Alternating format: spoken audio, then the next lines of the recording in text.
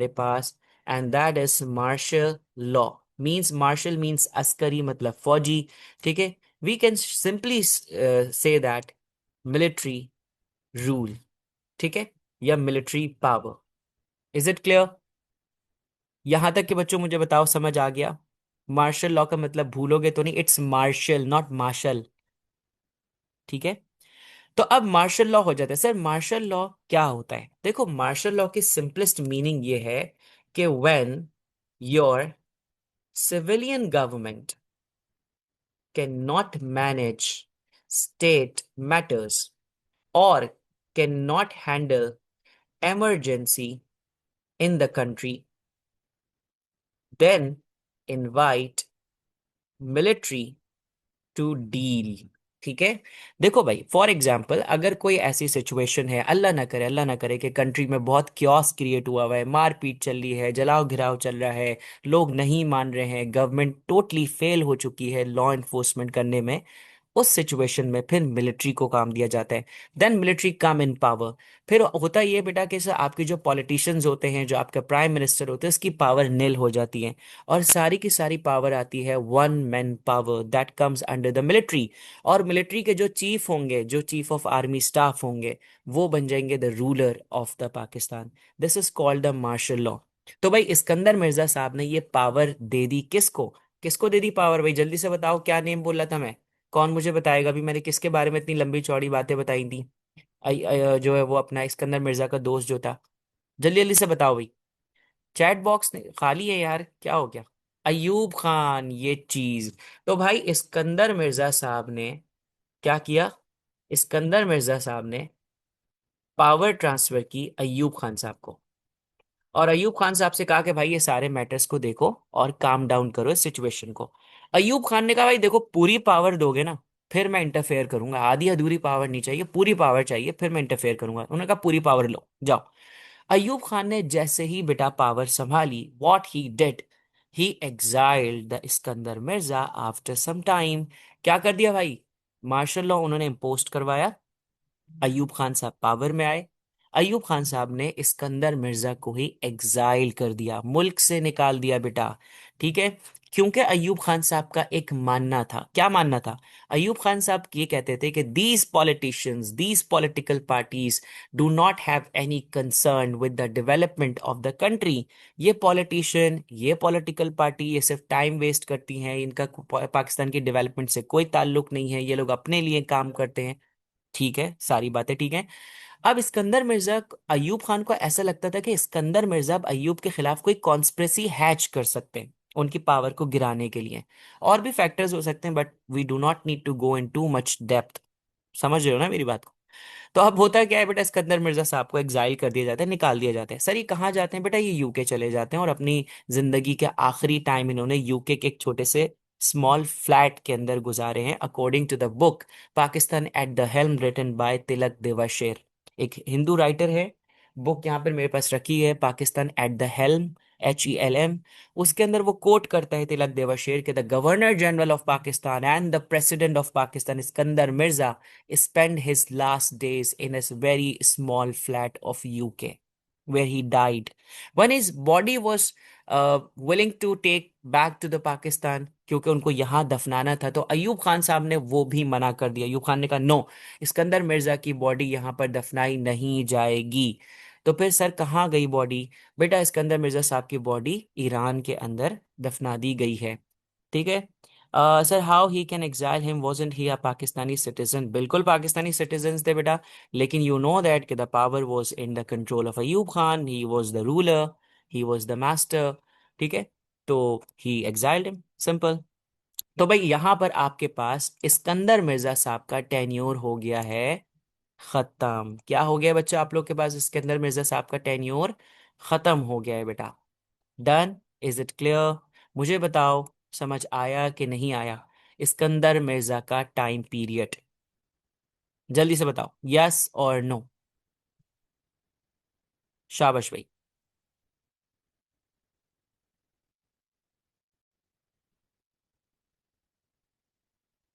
ठीक है, तो अब हम आगे बढ़ते हैं। तो यहां पर कौन आ चुका है बेटा? अब इस्कंदर मिर्जा साहब की गवर्नमेंट तो गई, अब कौन आ चुका है बेटा पावर में? अब आ चुके हैं हमारे अयूब खान साहब, जिनको कहा जाता है the field marshal Ayub Khan. ठीक है, तो अब हम अयूब खान साहब की गवर्नमेंट का टेन्योर यहां पर मेंशन कर लेते हैं। ठीक है भाई, अब इस्कंदर मिर्जा की गवर्नमेंट तो हो गई है खत्म, कहां पर हमने मेंशन किया था, यहां पर। अब ये वाली गवर्नमेंट तो हो गई है बच्चा एंड। ठीक है, चलो अब ये गवर्नमेंट एंड हो चुकी है, अब हम स्टार्ट करने जा रहे हैं गवर्नमेंट, जो कि स्टार्ट होगी हमारी 1958 से लेके 1969 तक। सर जी ये किसकी गवर्नमेंट है? बेटा जी इस गवर्नमेंट को हम एक नाम भी देते हैं, and that is decade of progress. क्या नाम दिया जाता है बेटा? Decade of progress. सर ये डेकेड क्या होता है? डेकेड का मतलब होता है मेरा बच्चा 10 साल, 10 ईयर्स को हम डेकेड कहते हैं। तो सर हम 100 ईयर्स को क्या कहते हैं? चलो जल्दी सब आप लोग बताओगे, हम 100 ईयर्स को क्या कहते हैं फिर? कौन बताएगा मुझे? 10 ईयर्स को डेकेड कह रहे हैं, तो 100 ईयर्स को क्या कहेंगे? बहुत आसान वर्ड है, सेंचुरी। ये चीज सेंचुरी, ठीक है। तो भाई डेकेड ऑफ प्रोग्रेस मतलब 10 ईयर्स ऑफ प्रोग्रेस। सर वाकई क्या अयूब खान साहब ने इतनी डेवलपमेंट की थी? बेटा थोड़ा सब्र रखो, आगे चल के देखते हैं। ठीक है भाई, अब ये किसकी गवर्नमेंट आ गई भाई? हम पूरा नाम लिखेंगे, फील्ड मार्शल मोहम्मद अयूब खान साहब।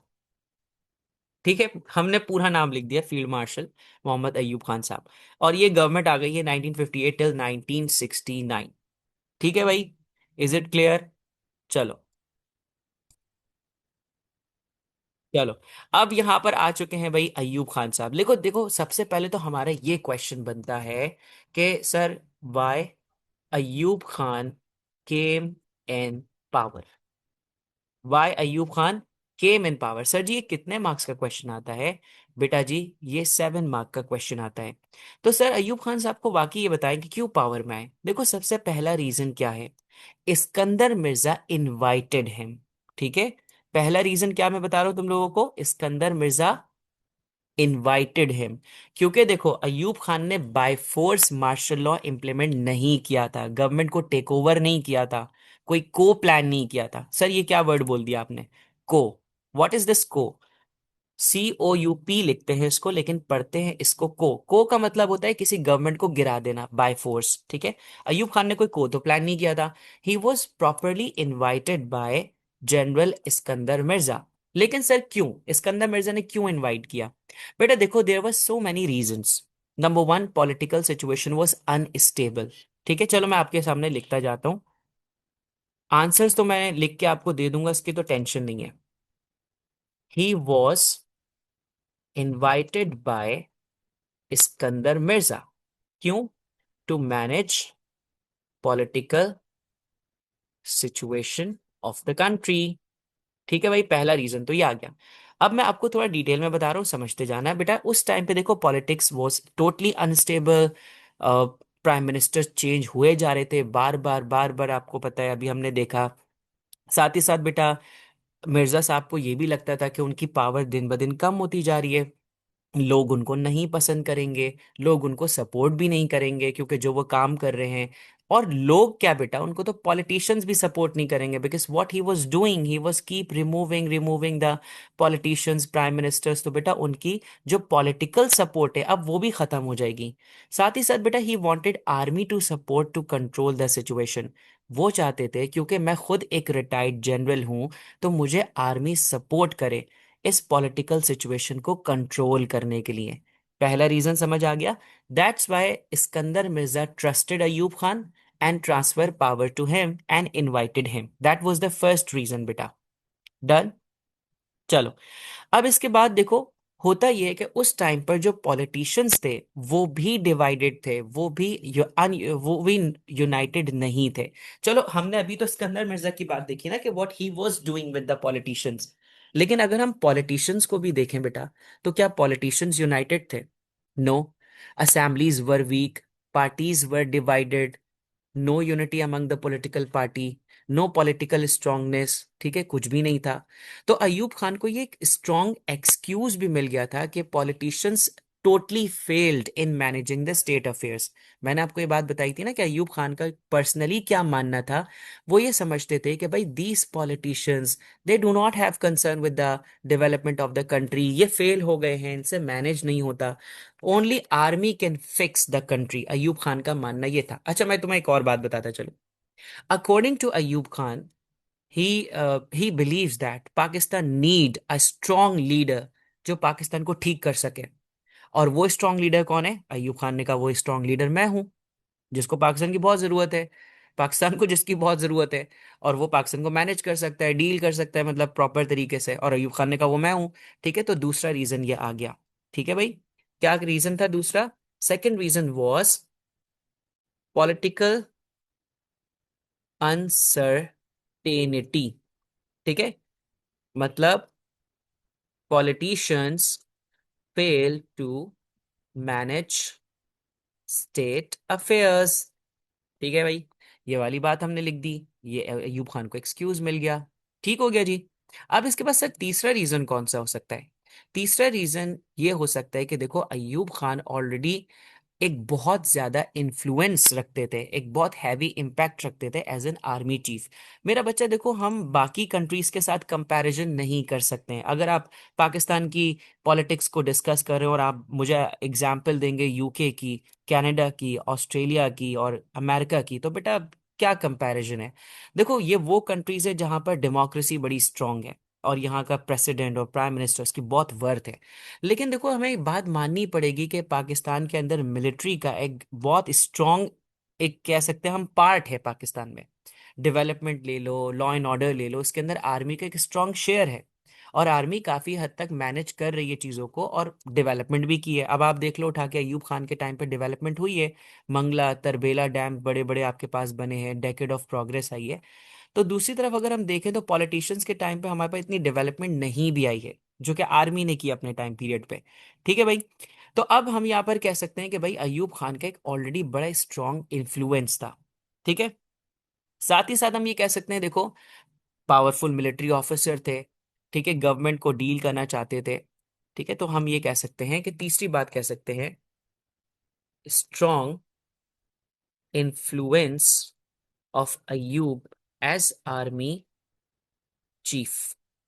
ठीक है, तो इस वजह से भी बेटा इनको ये कहा जा सकता है क्योंकि इनका एक स्ट्रॉन्ग इन्फ्लुएंस था, इनकी एक इंपॉर्टेंस थी। So somehow the Sikandar Mirza trusted him कि ये आके सारी चीजों को मैनेज कर लेंगे और ये सारे स्टेट अफेयर्स को प्रॉपरली डील करेंगे। ठीक है, तो ये कुछ रीजंस हैं। It's not a proper answer, वो तो डेफिनेटली मैं आपको प्रॉपर आंसर बना के दूंगा और आप उससे याद करेंगे। यहां पर सिर्फ इतनी बात है बेटा कि अयूब खान साहब पावर में क्यों आए। अब मुझे जल्दी से बताओ कि यहां तक चीज क्लियर हो गई है कि वाई अयूब खान केम इन पावर। जल्दी से बताओ भाई।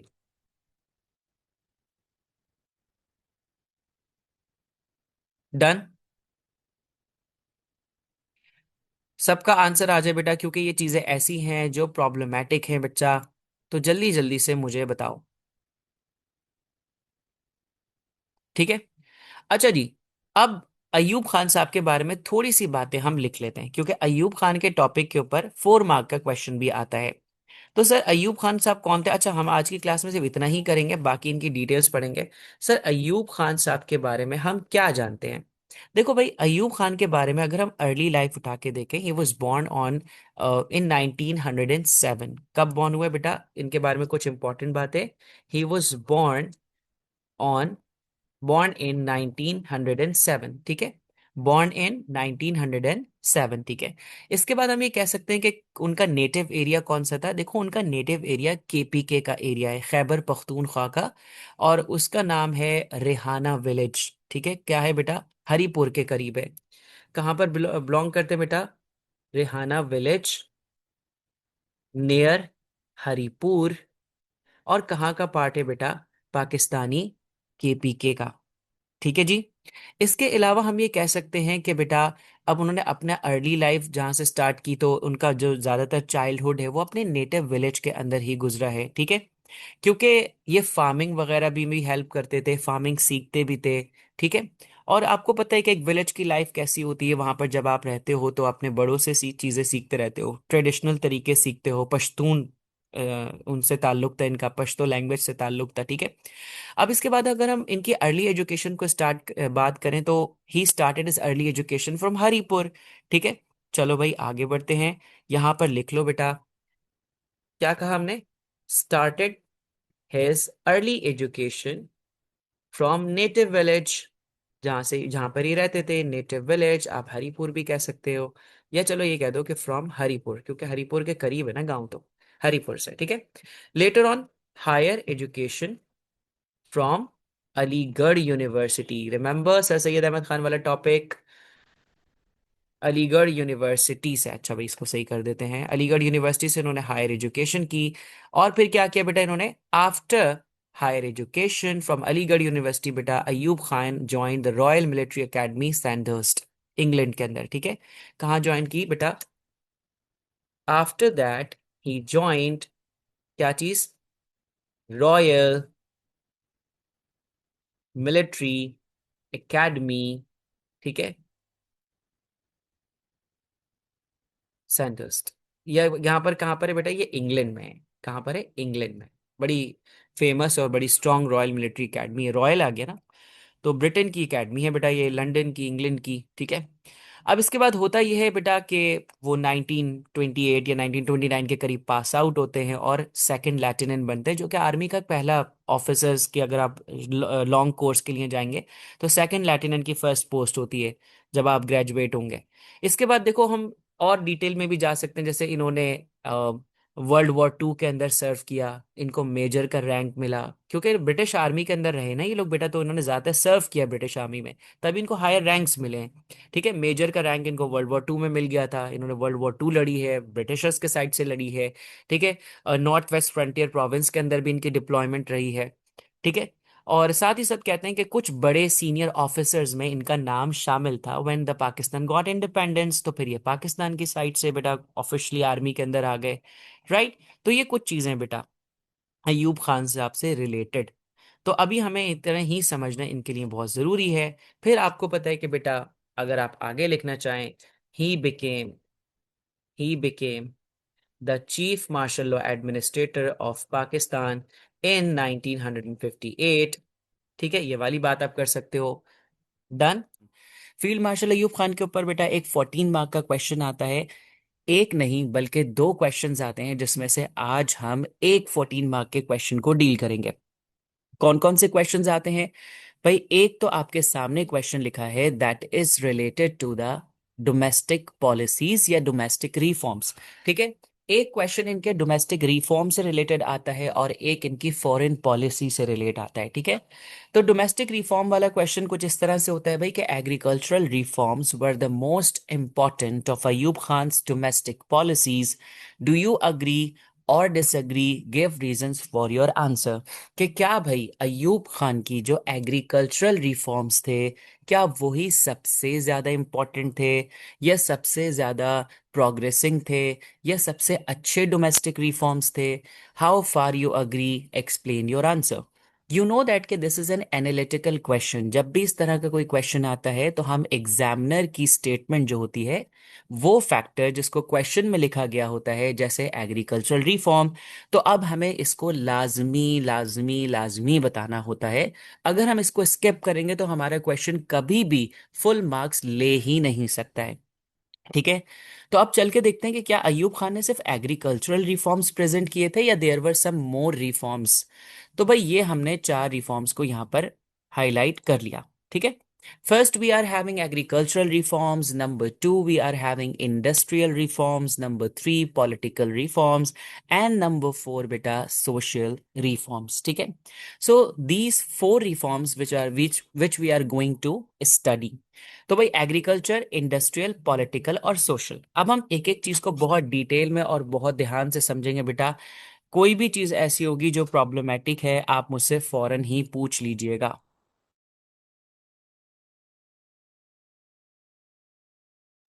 ठीक है बेटा। तो अब मेरे साथ आप लोग पढ़ना शुरू कीजिए। सबसे पहले हम लोग बात कर रहे हैं हमारे एग्रीकल्चरल रिफॉर्म्स की, किसकी बात करें बेटा हम लोग, एग्रीकल्चरल रिफॉर्म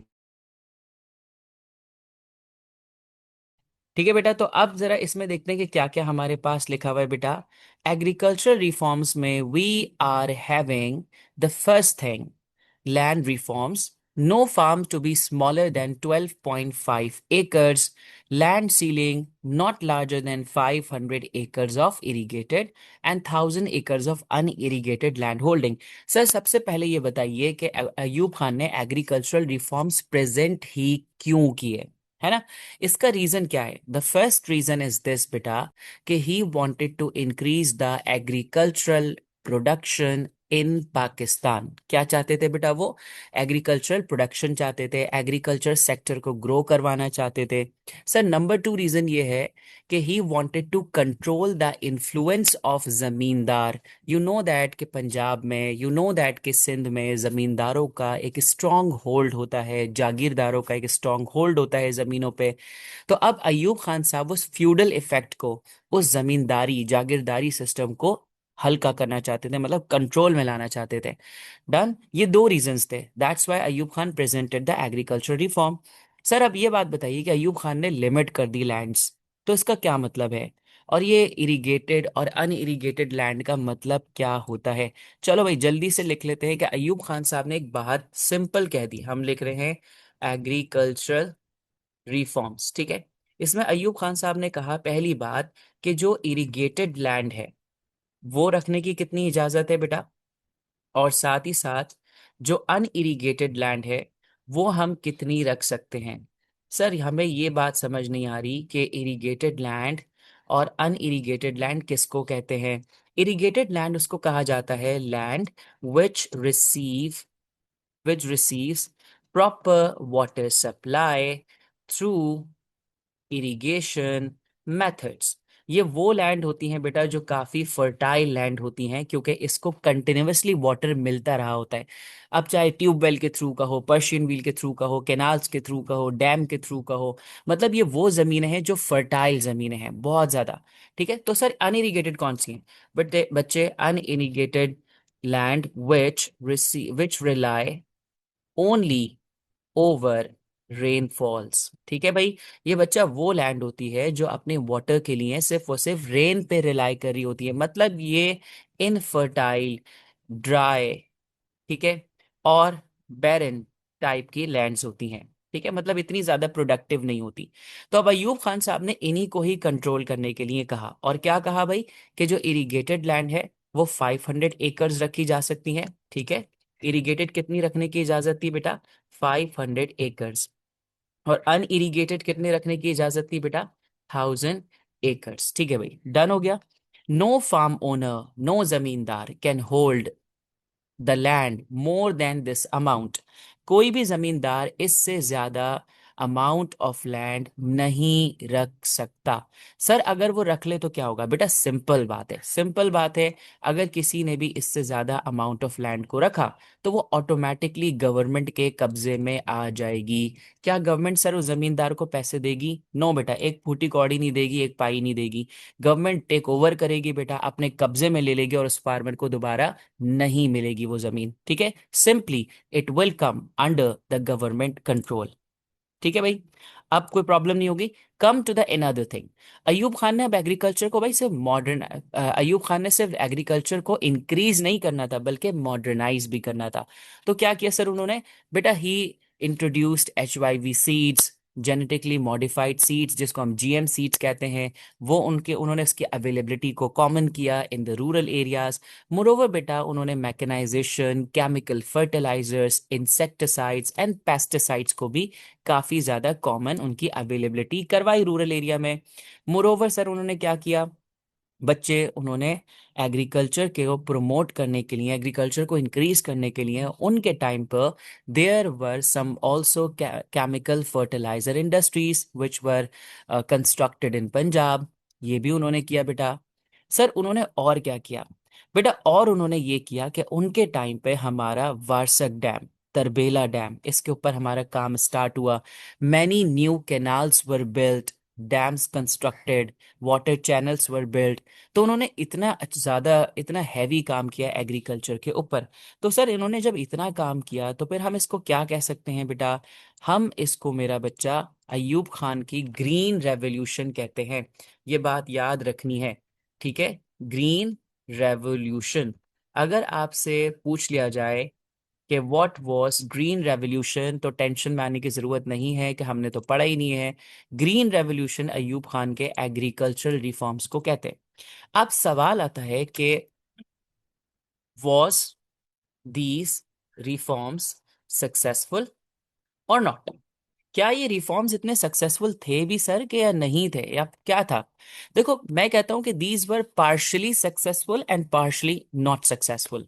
सक्सेसफुल हम इस सेंस में कह सकते हैं कि बेटा सम हाउ फार्मर्स का कॉन्फिडेंस जो है वो इंक्रीज हुआ, ठीक है। अगर मैं इसकी सक्सेस की बात करूं तो मैं कह सकता हूं the confidence of farmers increase, fair, at least हम कह सकते हैं एटलीस्ट गवर्नमेंट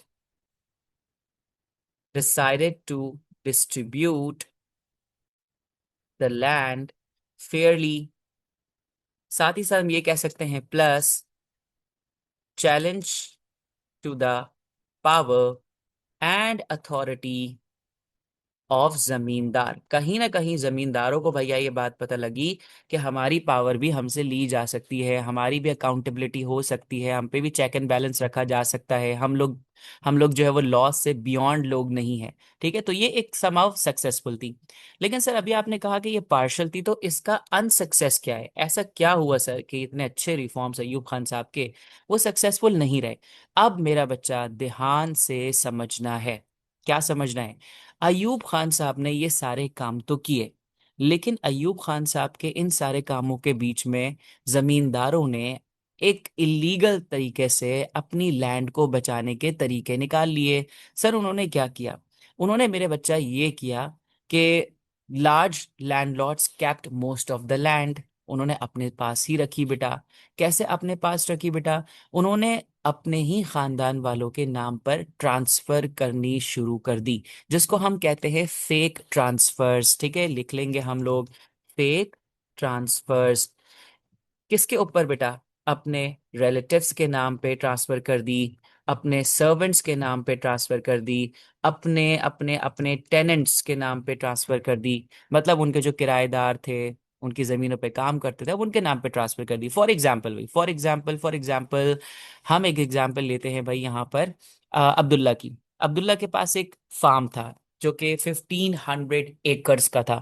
अब्दुल्ला को पता है कि भाई गवर्नमेंट ने तो सिर्फ मुझे 1000 रखने की इजाजत दी है। अगर गवर्नमेंट को पता लग गया कि मेरे पास 1500 एकड़ है, तो गवर्नमेंट आके मुझसे 500 एकर्स ले लेगी।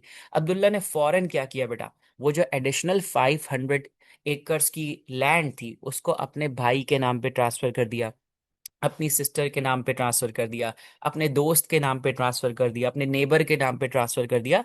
अब गवर्नमेंट आके उनसे ये तो नहीं पूछेगी ना कि भाई तुमने ट्रांसफर क्यों किया। वो बोलेगा भाई मेरी जमीन है, मैं मेरी मर्जी, मैं किसी को फ्री में भी दे दूं, आप कौन होते हो पूछने वाले। बस मेरी जमीन नहीं है, ये मेन बात है ना। बस ये मेरी नहीं है, ये आपके लिए मेन है। बाकी मैं किसी को भी दूं तो एज सच कोई प्रॉब्लम की बात होगी नहीं। तो यही काम किया भाई जमींदारों ने। जल्दी से मुझे बताओ, जल्दी से मुझे बताओ कि क्या ये चीज समझ आ गई? बता दो भाई, यस और नो बेटा। शाबाश, जल्दी जल्दी से, ताकि आगे बढ़ना है बेटा। इतना टाइम लोगे तो फिर मजा नहीं आएगा पढ़ने में। एग्रीकल्चर रिफॉर्म को देख लिया भाई, पार्शल सक्सेसफुल और पार्शल अनसक्सेसफुल। नहीं बेटा, ऐसा नहीं होता। वो ट्रस्टेड लोगों को ट्रांसफर करते थे, वो डेफिनेटली ऐसे बंदे को तो नहीं देंगे ना अपनी लैंड ट्रांसफर करेंगे कि जो भाग जाए। वो भागेगा कहाँ? जमीन तो वही है ना। आएगा तो दोबारा पकड़ लेंगे वो लोग उसको, ठीक है। तो जमीन लेके कहाँ भागेगा? जमीन तो अपनी जगह पे है। वो बंदा भाग गया तो क्या मसला है, वो दोबारा कब्जा कर लेंगे उस जमीन पे। उनके लिए ऐसे क्या प्रॉब्लम की बात है बेटा? It's not a big deal for the zamindars, ठीक है जी। तो ये वाली बात है बच्चा। अब आ जाते हैं हम दूसरी चीज की तरफ भाई, and that is industrial reforms. अब अयूब खान साहब के जब भी हम इंडस्ट्रियल रिफॉर्म्स को पढ़ते हैं बच्चा, तो इसमें हमारे पास क्या क्या चीजें हैं? अयूब खान ने सबसे पहले तो he tried to promote rapid industrial growth in Pakistan. वो चाहते थे पाकिस्तान के अंदर इंडस्ट्रियलाइजेशन बहुत ग्रो करे बेटा। मोरोवर बेटा, he was also having a good relation with the European countries, specially America. That's why the European countries were also backing Ayub Khan in the industrialisation. ठीक है जी। सर जी, उन्होंने क्या क्या किया बेटा? At the time of Ayub Khan, Pakistan received foreign aids from the US, UK and Germany. हमें UK, US और Germany से एड्स रिसीव हुई हैं। सर, एड्स और लोन्स, इसमें क्या फर्क होता है बेटा? लोन आपको वापस करना होता है, एड्स आपको वापस नहीं करनी होती। इसके बाद कराची के अंदर ऑयल रिफाइनरी सेटअप हुई बेटा, ताकि जो भी हम ऑयल इंपोर्ट करते हैं उसको देन एंड देयर कराची पे ही रिफाइंड कर दिया जाए, and we can simply transport the refined petroleum in the different part of Pakistan. Number 3, PMDC, Pakistan Mineral Development Corporation. ये क्यों लगाई गई सर? ये इस वजह से लगाई गई ताकि पाकिस्तान के जो अंदर मिनरल्स हैं उसको एक्सट्रैक्ट किया जा सके, उसको रॉ मटेरियल के तौर पे यूज किया जा सके। अच्छा सर, और इन्होंने क्या किया बेटा? और इन्होंने एक बहुत अच्छा काम किया, और वो क्या था कि इन्होंने प्राइवेटाइजेशन को सपोर्ट किया। दूसरा, इन्होंने टैक्स हॉलीडेज दी। सर, टैक्स हॉलीडे का मतलब क्या होता है बच्चे? टैक्स हॉलीडे का मतलब होता है कि टैक्स कंसेशन। अयूब खान ने ये कहा कि भाई जो इंडस्ट्रीज हैं वो 5 इयर्स तक टैक्स नहीं देंगी, उनसे टैक्स नहीं लिया जाएगा। सर, इसका क्या फायदा होगा बच्चा? इसका फायदा ये होगा कि व्हेन द इंडस्ट्रीज नॉट पे the tax, so they definitely use the amount over their production, over their quality, over their labors। तो इससे उस इंडस्ट्री के अंदर डेवलपमेंट होगी। तो अयूब खान साहब ने भाई 5 ईयर तक के लिए टैक्सेस को रिलैक्सेशन दे दी थी, माफ कर दिए थे। साथ ही साथ बेटा, चीप इलेक्ट्रिसिटी, चीप लैंड, ये सब्सिडीज में आती हैं। चीप इलेक्ट्रिसिटी प्रोवाइड की गई, लैंड अगर कोई इंडस्ट्रियलिस्ट खरीदना चाहता है उसको चीपर रेट्स पे प्रोवाइड की गई। ठीक है भाई। साथ ही साथ Ayub Khan also gave export bonus scheme. क्यों सर? ताकि वो इनकरेज करे इंडस्ट्रियलिस्ट को, ताकि वो ज्यादा से ज्यादा प्रोडक्ट्स बनाए और उनको एक्सपोर्ट करें। डन हो गया। साथ ही साथ बेटा, textile, sugar, cement, engineering, in industry को काफी फोकस किया गया बेटा, इन पे काफी वर्क किया गया। राइट। कराची और लाहौर के अंदर देखो इंडस्ट्रीज कितनी बनी। देखिए, कराची और लाहौर जो है वो काफी इंडस्ट्रियल हब्स के अंदर काउंट होने लगा। साथ ही साथ देखो, हम ये भी कह सकते हैं कि प्राइवेट बिजनेसमैन को लोन्स भी प्रोवाइड किए गए हैं गवर्नमेंट की तरफ से। ठीक है। और क्या कह सकते हैं, यही काम थे जो अयूब खान ने इंडस्ट्रियल सेक्टर को ग्रो करने के लिए किए। लेकिन सर, एक बात बताइए कि क्या इसका सिर्फ और सिर्फ हमें फायदा हुआ या हमें नुकसान हुआ? अगेन, कहीं कहीं हमें फायदा हुआ लेकिन कहीं कहीं हमें बहुत नुकसान भी हुआ। सर, ऐसा क्यों है? नुकसान की बात क्या है? अब मेरा बच्चा देखो, नुकसान की बात यह है कि अगर मैं आपको इंडस्ट्रियल रिफॉर्म्स के ड्रॉबैक्स बताऊं, ठीक है, तो मैं ये कह सकता हूं, it was mainly benefiting 22 richest families of West Pakistan। क्या था भाई? कि देखो, ये सारी डेवलपमेंट तो हो रही थी, नो डाउट, और पाकिस्तान के अंदर काफी डेवलपमेंट हो रही थी, पाकिस्तान काफी पैसा कमा रहा था। लेकिन मेरा बच्चा, इन सारी चीजों का जो मेजर बेनिफिशरी थे, जो असल फायदा उठाने वाले लोग थे, जो असल प्रॉफिट गेन करने वाले लोग थे, वो पाकिस्तान के सिर्फ 22 रिचेस्ट फैमिलीज थी, जिनको हम ये कह सकते हैं कि they were enjoying the monopoly in the West Pakistan. Sir ji, कौन सी 22 फैमिली? हम कुछ के नाम लिखते हैं, 22 के 22 का नाम लिखना या याद करना इट्स अननेसेसरी। हमें पता होना चाहिए दाऊद ग्रुप ऑफ इंडस्ट्रीज, हमें पता होना चाहिए सैगल ग्रुप ऑफ इंडस्ट्रीज, हमें पता होना चाहिए अलकरम, हमें पता होना चाहिए शरीफ ग्रुप ऑफ इंडस्ट्रीज। ठीक है। ये वो लोग थे बेटा कि जो रिचेस्ट 22 फैमिलीज थी। सर, ये कैसे फायदा उठा रही थी? मेरा बच्चा देखो, अब मैं तुम्हें एक बात बताता हूँ। अब ये जो 22 रिचेस्ट फैमिलीज थी, they were the owner they were the owner of industries. कितनी इंडस्ट्रीज? कितने परसेंट? 66% ओनर थे ये लोग इंडस्ट्रीज के। And 80%, 80% banking and insurance companies इन लोगों की थी। अब एक बात बता दीजिए, क्या 66% कोई कम रेशो है? क्या 80% कोई कम रेशो है? मतलब ये 22 रिचेस्ट फैमिली 60% पाकिस्तान के इंडस्ट्रियल एसेट्स को ओन कर रहे थे, और 80% बैंकिंग एंड इंश्योरेंस कंपनीज की कमांड इन लोगों के हाथ में थी। तो मतलब जितना भी प्रॉफिट हमें नजर आ रहा था, वो ज्यादातर प्रॉफिट इन 22 रिचेस्ट फैमिलीज का था। तो सर इससे नुकसान क्या हुआ मेरा बच्चा? इससे नुकसान ये हुआ कि ओवरऑल पाकिस्तान की प्रोग्रेस नहीं हो रही जितना ज्यादा इन 22 रिचेस्ट फैमिलीज की प्रोग्रेस हो रही है। ठीक है, यहां तक की बात क्लियर हुई? मुझे बताओ जल्दी से भाई, इंडस्ट्रियल रिफॉर्म्स अयूब खान साहब के क्लियर हुए कि नहीं हुए? क्योंकि फिर हमें आगे बढ़ना है और आगे चल के भी हमें चीजें देखनी है। शाबाश भाई, जल्दी से बताओ। डन। चलो अब आगे बढ़ते हैं बेटा। अब हम जाते हैं अयूब खान साहब के पॉलिटिकल रिफॉर्म्स के ऊपर। अयूब खान के पॉलिटिकल रिफॉर्म्स में हम सबसे पहले इस चीज समझेंगे कि Ayub Khan introduced basic democracy system, जिसको हम बीडी सिस्टम भी कहते हैं। क्या कहते हैं बेटा? जिसको हम बीडी सिस्टम भी कहते हैं। अब बीडी सिस्टम क्या है, बेसिक डेमोक्रेसी सिस्टम होता क्या है, इसको समझने के लिए हमें थोड़ा सा टाइम लेना पड़ेगा। और वो थोड़ा सा टाइम में हम समझते हैं, जरा मेरे साथ लिखते जाओ बेटा। ठीक है, अब हम लोग वर्ड डॉक्यूमेंट का इस्तेमाल करेंगे क्योंकि ये चीज आपको प्रॉब्लम कर सकती है। तो अब हम स्टार्ट कर रहे हैं political reforms of Ayub Khan. ठीक है, नंबर वन हमने चीज पढ़ी कि Ayub introduced introduced basic basic democracies system. ठीक है, जिसको हम शॉर्ट में बीडी सिस्टम भी कहते हैं। सर जी ये क्या होता है सिस्टम? देखो बेटा, बेसिक डेमोक्रेटिक सिस्टम का मतलब ये था कि Ayub Khan considered Pakistan people, Pakistan citizen as too immature, है ना, to elect their governments. In short में बहुत आसान वर्ड्स में कहूं तो अयूब खान अपने पब्लिक एड्रेस में भी ये बोल चुके थे कि अभी पाकिस्तान की जो अवाम है वो प्रॉपर मेच्योर नहीं है, इतनी ज़्यादा उनकी थिंकिंग पावर या डिसीजन मेकिंग पावर नहीं है कि वो अपने लीडर को खुद इलेक्ट कर सकें। समझ गए? तो फिर कौन करेगा इलेक्ट? चलो अब मैं तुम्हें बीडी सिस्टम का एक रोड मैप बना के बताता हूँ। देखो बेटा, नॉर्मल इलेक्शंस में होता यह है कि जो आपके सिटीजन्स होते हैं वो डायरेक्टली वोट करते हैं बेटा। किसको?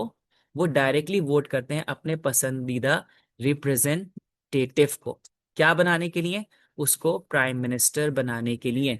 ठीक है, तो ये एक डायरेक्ट इलेक्शन का सिस्टम होता है कि जिसमें सिटीजन्स डायरेक्ट वोट करते हैं अपने किसी भी पसंदीदा बंदे को, चाहे वो किसी भी पार्टी का हो, और उसको प्राइम मिनिस्टर्स बनवा सकते हैं। ठीक है, ये एक डायरेक्ट इलेक्शन का सिस्टम है। लेकिन अयूब खान साहब ने क्या किया? अयूब खान ने ये बीच में रिप्रेजेंटेटिव के बजाय बेसिक डेमोक्रेट्स इनको अपॉइंट करवा दिया। और फिर ये बेसिक डेमोक्रेट्स जो होते हैं, फिर ये वोट करके प्राइम मिनिस्टर या फिर प्रेसिडेंट इसको अपॉइंट करा सकते हैं। ठीक है भाई, मतलब इन शॉर्ट अभी भी अगर किसी बच्चे को ये बात समझ नहीं आई तो इसका मतलब ये है बेटा कि अयूब खान ने सिर्फ और सिर्फ बीच में एक एडिशन की है, और वो एडिशन है बेसिक डेमोक्रेट्स की, कि आम आवाम बेसिक डेमोक्रेट को वोट देगी। बेसिक डेमोक्रेट्स जब जीत जाएंगे, जिनकी तादाद 80,000 के करीब थी, जब वो जीत जाएंगे बेटा, तो फिर उन बेसिक डेमोक्रेट्स के शोल्डर पे ये रिस्पॉन्सिबिलिटी होगी कि वो फिर जिसको चाहेंगे वो प्राइम मिनिस्टर या प्रेसिडेंट बना सकते हैं। मतलब एक्चुअल रिस्पॉन्सिबिलिटी बेसिक डेमोक्रेट्स की होगी, ना कि सिटीजन्स की होगी। ठीक है, अब सवाल ये आता है कि सर ये बेसिक डेमोक्रेट्स जो आप बता रहे हैं, जिनको आप कह रहे हैं कि ये पाकिस्तान में 80,000 थे, ठीक है, तो सर ये एक्चुअली होते कौन है? ये होते कौन है बंदे? बेटा ये होते हैं आपके इंटेलेक्चुअल्स।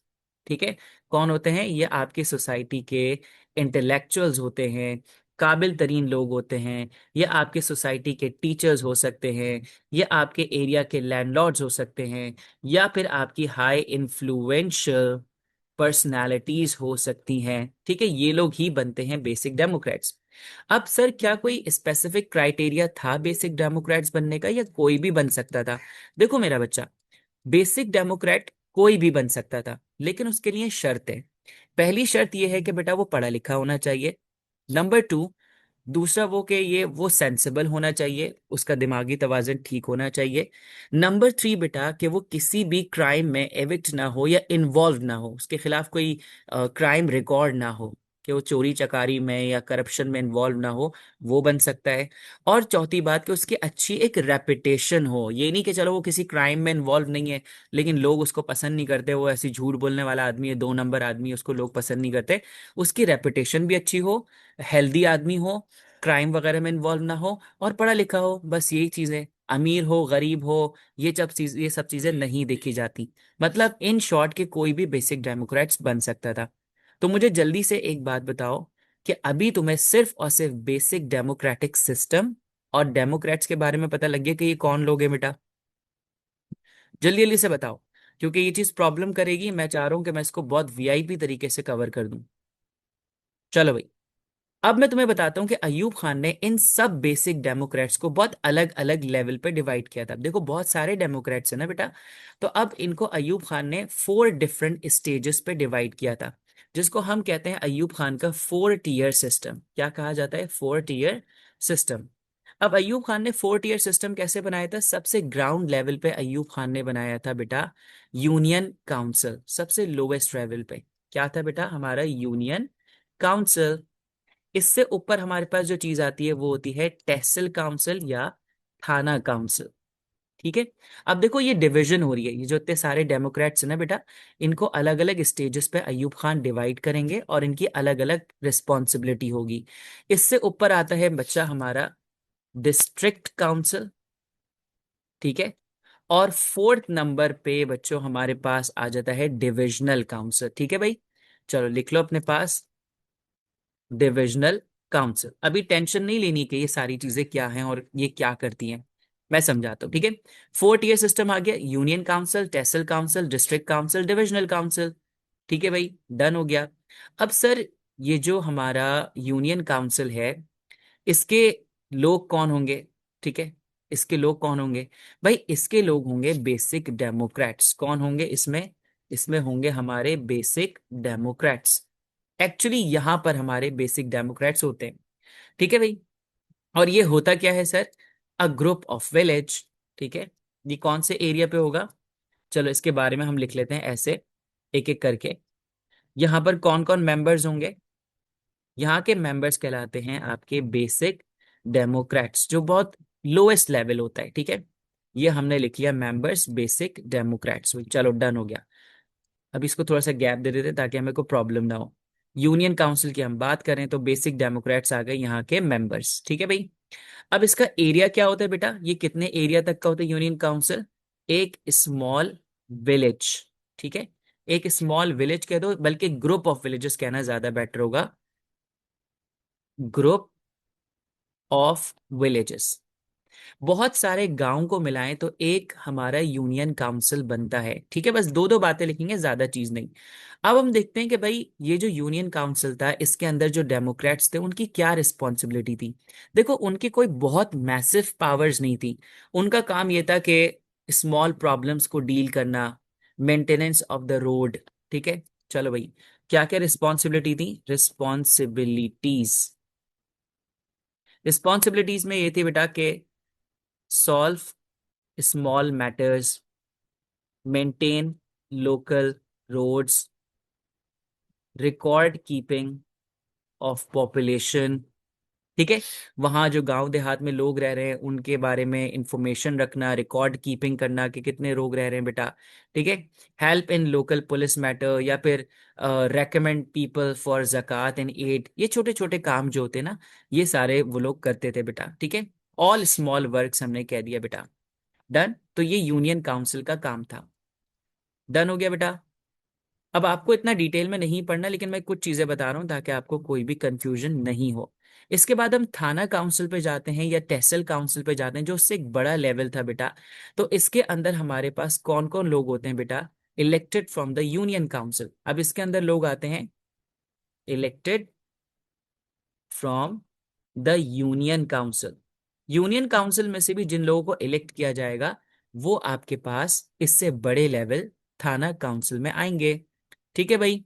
अब इसका एरिया क्या होगा? हम कह सकते हैं कि भाई group of councils, union council. ठीक है भाई, कह सकते हैं group of union councils is called the थाना काउंसिल, इससे बड़ा जो होता है। ठीक है भाई। बहुत सिंपल सिंपल चीजें हैं। इसकी पावर क्या होती है? इसकी पावर थोड़ी सी बड़ी होती है, जैसे कि स्कूल्स, हेल्थ सेंटर्स, रोड्स, इसको देखना। ठीक है भाई। चलो भाई, manage schools, health centres, farming, etc, ये वाले मामला देखना इनकी रिस्पॉन्सिबिलिटी होती है। अब इससे ऊपर जाएंगे बेटा तो उसमें और बड़ी पावर्स आ जाती हैं। ठीक है। अब जैसे सिंपल रिस्पॉन्सिबिलिटी लिखते रहते हैं हम लोग, ठीक है भाई, ताकि बहुत इजी रहे और हमें कोई प्रॉब्लम ना हो। अब डिस्ट्रिक्ट काउंसिल में जाएंगे बेटा तो डिस्ट्रिक्ट काउंसिल की रिस्पॉन्सिबिलिटीज क्या आ जाएंगी? डिस्ट्रिक्ट काउंसिल की इससे बड़ी रिस्पॉन्सिबिलिटी होती हैं, जैसे कि आप कह लो collect local taxes, supervise law and order. ठीक है, collect taxes, supervise law and order. ठीक है, ये काम इनका होता है बेटा। इसके बाद हम जो बड़े लेवल पे जाएंगे डिविजनल काउंसिल पे, तो वो क्या करते हैं बेटा, चलो इनके बारे में लिख लेते हैं। डिविजनल काउंसिल की रिस्पॉन्सिबिलिटी इससे बड़ी होती है, और वो क्या है बेटा, make development plans for whole division. ठीक है, make development plans for whole division. देख रहे हो, एक एक करके अथॉरिटी और रिस्पॉन्सिबिलिटी बढ़ती जा रही है बेटा। ठीक है। और साथ ही साथ कहते हैं कि distribute funds to district, distribute funds to district. आपको इतनी ज्यादा चीजें नहीं लिखनी है, बस समझाने के लिए मैंने आपको ये बताया कि अयूब खान साहब ने ये क्यों किया। चलो लॉन्ग स्टोरी शॉर्ट, दोबारा से समझते हैं।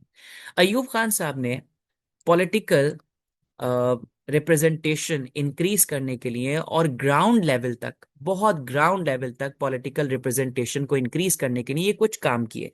जैसे उन्होंने बेसिक डेमोक्रेसी लगाया, जिसमें आम आदमी को ये राइट नहीं दिया कि वो अपनी मर्जी से प्राइम मिनिस्टर या प्रेसिडेंट को इलेक्ट करे। All the right of electing president and prime minister was given to basic democrats. फिर हमने पढ़ा कि सर बेसिक डेमोक्रेट्स कौन है। इनकी तादाद 80,000 थी, फिर आगे चल के इसको 1,20,000 भी कर दिया गया था। बेटा ये हमारी सोसाइटी के intellectuals, teachers, landlords, high influential personalities थी, जिनको लोग बेसिक डेमोक्रेट्स के तौर पे बनाते थे और उनको वोट करते थे। अब अयूब खान साहब ने डिस्ट्रीब्यूशन कुछ इस तरह रखी कि सबसे ग्राउंड लेवल पे, विलेज के लेवल पे यूनियन काउंसिल बना दी। उसके अंदर बेसिक डेमोक्रेट्स अपॉइंट होते थे, और उनका काम था स्मॉल मैटर्स को डील करना। रोड बनवा देना, सैनिटेशन का मामला देख लेना, लाइटिंग का मामला देख लेना, लोकल स्कूल्स के मामला देख लेना, ये सारी छोटी छोटे जो काम थे ना, वो आपके बेसिक डेमोक्रेट्स करवा दिया करते थे यूनियन काउंसिल के अंदर। उससे बड़े लेवल पे जब आते थे तो तहसील काउंसिल आती थी, जिसकी रिस्पॉन्सिबिलिटी बड़ी होती थी, हॉस्पिटल्स को मैनेज करना, स्कूल को मैनेज करना, फार्मिंग में असिस्ट करना। ठीक है। उससे बड़े लेवल पे डिस्ट्रिक्ट काउंसिल बना दी, ताकि उसका काम था उस एरिया के ऊपर टैक्सेस कलेक्ट करना, लॉ एंड ऑर्डर को मेंटेन करना पूरे डिस्ट्रिक्ट के अंदर। ठीक है। और उससे बड़ा डिविजनल काउंसिल, जिसकी रिस्पॉन्सिबिलिटी और ज्यादा बड़ी थी। सर अयूब खान साहब ने ये क्यों किया? अयूब खान साहब ने ये इसलिए किया ताकि पावर डिस्ट्रीब्यूट रहे, और एडमिनिस्ट्रेट करने में आसानी हो, और रूलिंग करने में आसानी हो बेटा। तो ये था अयूब खान का बेसिक डेमोक्रेटिक सिस्टम। डन। इसके बाद अयूब खान साहब ने उस वक्त पाकिस्तान का जो कैपिटल था बेटा, उसको भी चेंज कर दिया था। लेकिन सर क्यों किया, वो हम आगे चल के पढ़ेंगे। अभी सिर्फ इतनी बात याद रखनी है कि Ayub Khan sahab shifted the capital from Karachi to Islamabad. तो सर क्या इस्लामाबाद जो है वो सिटी थी? नो बेटा, इस्लामाबाद जैसी कोई सिटी एग्जिस्ट नहीं करती थी at the time of partition, बल्कि it was an abundant area. तो भाई सर ये फिर कैसे बना? देखो, अयूब खान साहब ने इस सिटी को कंस्ट्रक्ट करवाया। ठीक है, ये एक प्रॉपर प्लान सिटी है, इसको कंस्ट्रक्ट कराया गया, यहाँ पर कैपिटल को शिफ्ट किया गया, और कराची को कैपिटल से हटा दिया गया बेटा। ठीक है जी।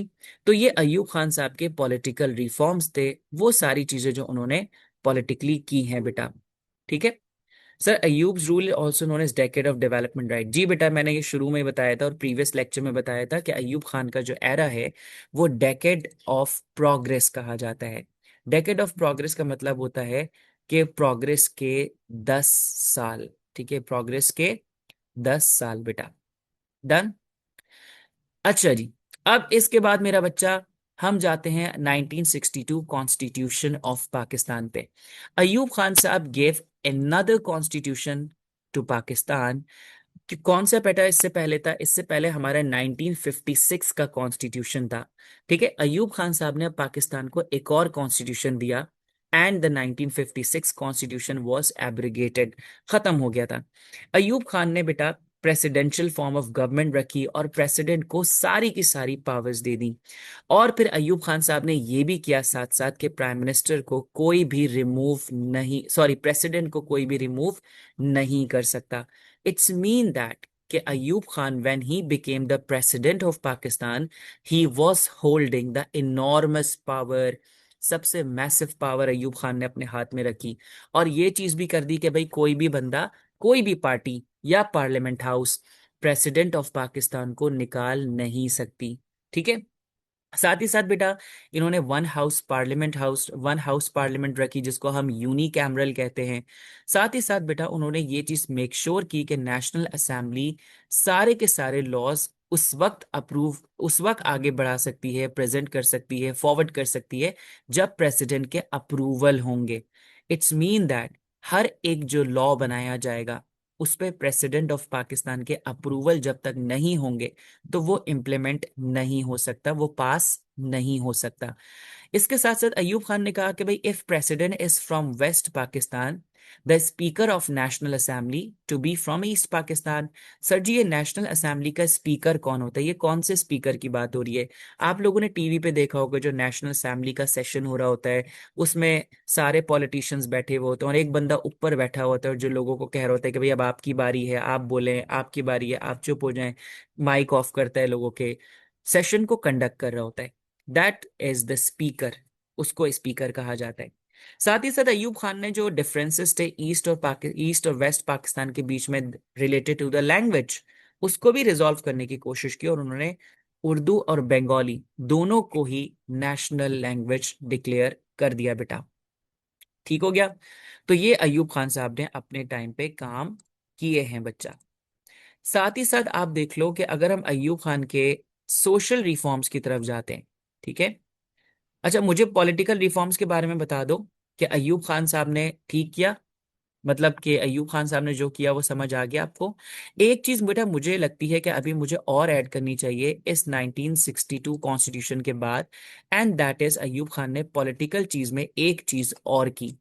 और वो एक चीज क्या थी? Ayub Khan introduce the Abdo.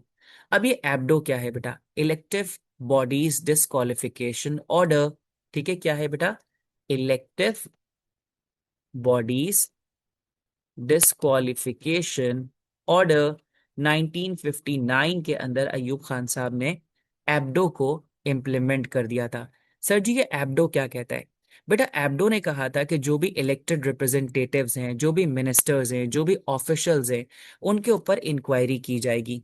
If any elected minister official found guilty तो भाई उसको डिस्क्वालिफाई कर दिया जाएगा, हटा दिया जाएगा पॉलिटिक्स से। आपको पता है अयूब खान के इस एब्डो की वजह से, इलेक्टिव बॉडी डिस्क्वालिफिकेशन ऑर्डर की वजह से बहुत सारे पॉलिटिशियंस बेटा डिस्क्वालिफाई हो गए 6 to 8 years तक के लिए, 6 6 साल, 8 8 साल के लिए पॉलिटिशियंस को डिस्क्वालिफाई कर दिया गया। इसके अलावा बहुत सारे पॉलिटिशियंस को तो बैन कर दिया गया पॉलिटिक्स से, बहुत सारे लोगों को जेलों में डाला गया। So this was somehow a crackdown over the politicians, over the political party, over the over the social officials, government officials. उनके ऊपर एक तरह का ये बहुत सीवियर किस्म का क्रैकडाउन था जो अयूब खान साहब ने स्टार्ट किया। कभी भूलोगे तो नहीं बेटा? क्या पढ़ा? Abdo, elective body disqualification order. किसने बनाया था, किसने लगाया था? अयूब खान ने। क्यों? ताकि सबके खिलाफ इंक्वायरी हो, सबके पर्चे खुले, वही सारे चिट्टा पिट्टा देखा जाए क्या कर रहे थे ये लोग। और जो भी फाउंड गिल्टी, क्या किया? सस्पेंड कर दिया, डिस्क्वालिफाई कर दिया, बैन कर दिया पॉलिटिक्स से। तो इससे ये होने लगा कि अयूब खान के सामने एक एम्प्टी ग्राउंड बनता गया। पॉलिटिक्स का। अब उनकी पावर को, अथॉरिटी को कोई चैलेंज करने वाला अब नहीं था बेटा। ठीक है जी। साथ साथ हम एक चीज पे आते हैं, that is very last thing, Ayub Khan के सोशल रिफॉर्म्स। इलेक्शंस को भी हम पढ़ेंगे। इलेक्शंस होते हैं ये बेटा कि 1965 में इलेक्शंस होते हैं, एक तरफ फातिमा जिन्ना होती हैं और एक तरफ कन्वेंशन मुस्लिम लीग के अंदर अयूब खान साहब होते हैं।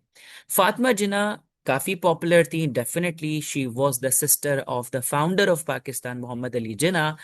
अब इनके दरमियान जब इलेक्शंस होते हैं तो भाई इसी बेसिक डेमोक्रेसीज के अकॉर्डिंग इलेक्शंस होते हैं, और उसका रिजल्ट बहुत कैटेगोरिकल और बहुत शॉकिंग रिजल्ट आता है।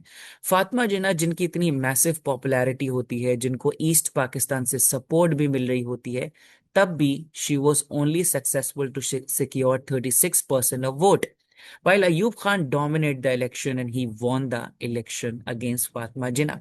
इस तरह से Ayub Khan came in power and became the president of Pakistan.